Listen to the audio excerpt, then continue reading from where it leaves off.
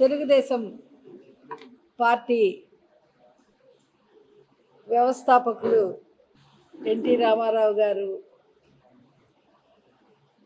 ఆయన యొక్క జన్మదినాన్ని అలాగే మహానాడిని కలిపి కూడా మేము మే 27, 28, 29 తేదీల్లో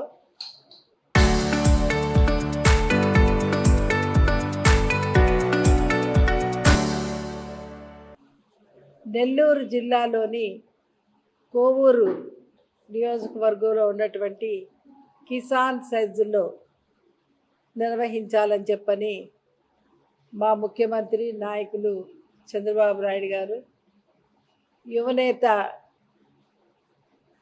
కొత్తగా ఎన్నిక కాబడినటువంటి నేషనల్ వర్కింగ్ ప్రెసిడెంట్ లోకేష్ గారు కలిసి నిర్ణయించడం జరిగింది. దాదాపుగా 500 ఎకరాల్లో స్థలంలో ఈ పండుగను జరపడానికి కూడా నిర్ణయించడం జరిగింది.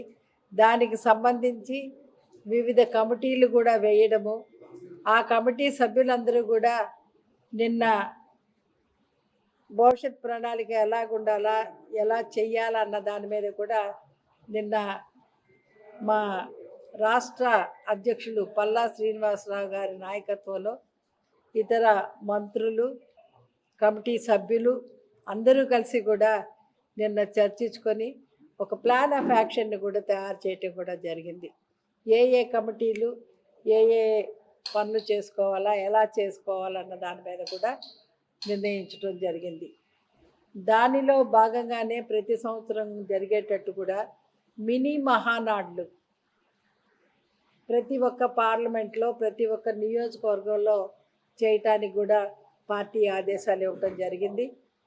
ముఖ్యంగా తిరుపతి పార్లమెంట్లో 18వ తారీఖు ఉదయం వచ్చేసి సర్వేపల్లి నియోజకవర్గంలో, 18 సాయంత్రము సూళ్ళూరుపేట నియోజకవర్గంలో, 19వ తేదీ ఉదయం గూడూరు నియోజకవర్గంలో, 11 గంటల నుంచి మళ్ళీ కాళహస్తి నియోజకవర్గంలోను, అదే రోజు సాయంత్రం 19వ తేదీ సాయంత్రం వెంకటగిరి నియోజకవర్గంలోను, 20వ తేదీ ఉదయం సత్యవేడి నియోజకవర్గంలోను, 20వ తేదీ సాయంత్రం తిరుపతి నియోజకవర్గంలోనూ కూడా ఈ మినీ మహానాడులు జరుగుతాయి.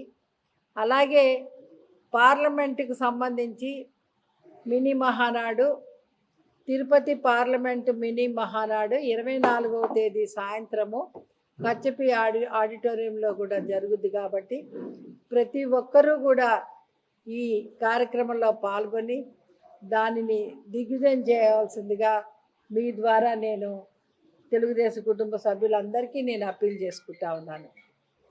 ముఖ్యంగా 23 నెలలు మా ప్రభుత్వము, కూటమి ప్రభుత్వం అధికారంలోకి వచ్చినాక దాదాపుగా 100 అభివృద్ధి పనులు చేశామని చెప్పని మేము గర్వంగా చెప్పుకుంటా ఉన్నాం.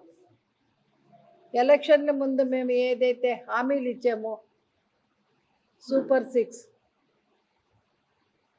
ఆ సూపర్ 6 అమలు చేయటం అయితేనేమి, P4 అమలు చేయటం అయితేనేమి, పాదయాత్ర జరిపినప్పుడు లోకేష్ గారు మెగా డిఎస్సిని నేను అనౌన్స్ చేస్తానని చెప్పటము, ఒక జాబ్ క్యాలెండర్ని నేను అనౌన్స్ చేస్తానని చెప్పటము, వాటిని తూచా తప్పకుండా మెగా డిఎస్సిని చేశాము.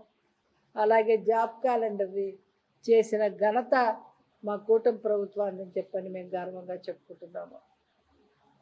అలాగే ఈ రాష్ట్రాన్ని అన్ని విధాలా అభివృద్ధి చెందించాలా, సామాజికంగా ఆర్థికంగా ఈ రాష్ట్రాన్ని ముందుకు తీసుకెళ్లాలా, అప్పుల ఊబిలో కూర్చేసి పంపించేసినటువంటి వైసీపీ ప్రభుత్వం పెట్టిన ఇబ్బందుల నుంచి మేము బయటపడి ఈరోజు మా ముఖ్యమంత్రి గారు కానీ, మా యువ నాయకులు లోకేష్ గారు కానీ ప్రపంచం మొత్తము తిరిగి దాదాపుగా 20 లక్షల కోట్ల పెట్టుబడిని ఈరోజు ఈ రాష్ట్రానికి తీసుకొచ్చిన ఘనత మా ప్రభుత్వాన్ని అని చెప్పి మేము గర్వంగా చెప్తున్నాము.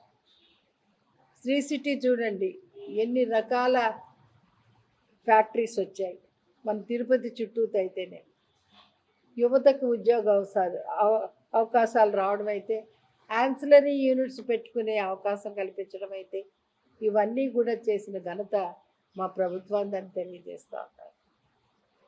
ఇంతే కాకుండా మా ప్రభుత్వ ఆధ్వర్యంలో ఏర్పడినటువంటి తిరుమల తిరుపతి దేవస్థానం బోర్డు మా చైర్మన్ బిఆర్ నాయుడు గారు అధ్యక్షతన మా బోర్డు అనేకమైనటువంటి అభివృద్ధి కార్యక్రమాలు తిరుమలలో చేయటం కూడా జరిగింది.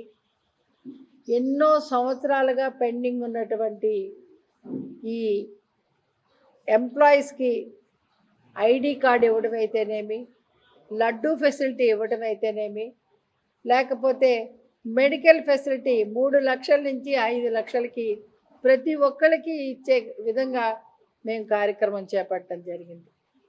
అంతేకాకుండా ఆంధ్ర రాష్ట్రంలో క్యాన్సర్ రోజు రోజుకి స్ప్రెడ్ అవుతూ ఉంది.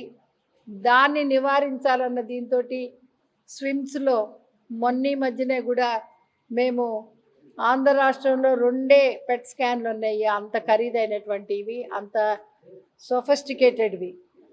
ఒకటి మన స్విమ్స్లో ఉందని చెప్పడానికి మేము గర్వపడతా ఉన్నాం. ఎక్కడో శ్రీకాకుళం నుంచి కూడా వచ్చి ఇక్కడ ట్రీట్మెంట్ తీసుకుంటున్నారు. చాలా చౌకకే మేము ఈ ట్రీట్మెంట్ కూడా ఇవ్వటం జరుగుతుంది.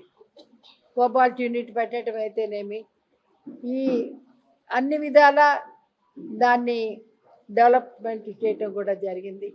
ఇంతే కాకుండా పైన ఉన్నటువంటి రోడ్లకు కూడా శాస్త్రీయ పద్ధతిలో వాళ్ళకి దానికి పేర్లు కూడా పెట్టడం జరిగింది. అంతేకాకుండా శరభయ్య గారి పేరు కూడా, ఎందుకంటే మీకు అందరికీ తెలుసు దేవస్థానం మొట్టమొదట ఓపెన్ చేసేది యాదవ కమ్యూనిటీకి చెందినటువంటి పెద్దలు శరభయ్య గారు చేస్తున్నారు. కాబట్టి ఆయన పేరును కూడా, శరభయ్య గారి పేరును కూడా ఒక రోడ్డుకి నామకరణం కూడా చేయటం జరిగింది. ఇలాగ అనేకమైనటువంటి మేము అభివృద్ధి కార్యక్రమాల వైపుకి పోతూ ఉంటే, దెయ్యాలు వేదాలు వల్లించినట్టు ఎవరో అమ్మిన టికెట్లు అమ్మారు. శ్రీవాణి టికెట్లు, అసలు శ్రీవాణిని తెచ్చింది ఎవరండి? శ్రీవాణి మీ హయాంలో చేసిన ఆటికి లెక్క పక్కా ఉందా అని చెప్పి నేను అడుగుతా ఉన్నా. ఎన్ని టికెట్లు అమ్మారు, ఎన్ని డబ్బులు వచ్చాయి, దానికి అసలు లెక్క ఉందా? అదేమీ లేదు. ఏదేది టీటీడీ తుమ్మలగుంట దేవస్థానం పేరిట మీరు ఎంత లూటీ చేశారు, దానికి ఎన్ని రోడ్లు వేశారు, ఈ డబ్బులన్నీ తీసుకొచ్చి అక్కడే కదా పెట్టింది. వాటికి ఉంటుంది. అసలు దొంగ అన్నదాన్ని తయారు చేసిందే మీరు, దొంగ ఓట్లు సృష్టించింది మీరు, దొంగ కార్డులు సృష్టించింది మీరు. మీ హయాంలో అన్నీ చేసుకుంటూ బురద జల్లటాకనే అభివృద్ధికి మీకు తిరుమల తిరుపతి దేవస్థానం అభివృద్ధి చెందడం ఇష్టం లేదు. మీకు ఈ సాంప్రదాయాలు ఇవన్నీ పాటించడం ఇష్టం లేదు. మీ టైంలో ఏమన్నా గుళ్ళు కట్టారా? ఎక్కడ చూసినా కూడా విధ్వంసాలే. అక్కడెక్కడో గోదావరి జిల్లాలో రథం తగలబెట్టారు, విగ్రహాలను కూల్చేశారు. ఒక గుడి కట్టించాం మేమని చెప్పండి. ఈరోజు మేము గుండె మీద చేసుకుని ధైర్యంగా చెప్తా ఉన్నాము, శ్రీవాణి ట్రస్ట్ ద్వారా మా ముఖ్యమంత్రి గారు 5,000 గుళ్ళు కట్టడానికి నిర్ణయించుకున్నారు. అంతేకాకుండా ఇదొక మోడల్ టౌన్గా చేసి, రాజస్థాన్లో ఎలాగ పెళ్ళిళ్ళు అవుతున్నాయో అలాగా ఈ తిరుపతి తిరుమలలో కూడా ఒక డెస్టినేషన్ వెడ్డింగ్ చేసుకునే విధంగా దీన్ని తీర్చిదిద్దాలా. పైనంతా గ్రీనరీ ఉండాలా, శుచి శుభ్రతకు మంచి పేరు ఉండాలా, భక్తులను బాగా చూసుకోవాలా. ఇవన్నీ ఇన్స్ట్రక్షన్స్ ఇచ్చింది మా ముఖ్యమంత్రి గారు. మీ టైంలో మేము ఈ అభివృద్ధి చేశామని చెప్పి చూపించండి. మీరు అసలు ఎన్ని టికెట్లు అమ్మారో లిస్టు నేను చెప్తా.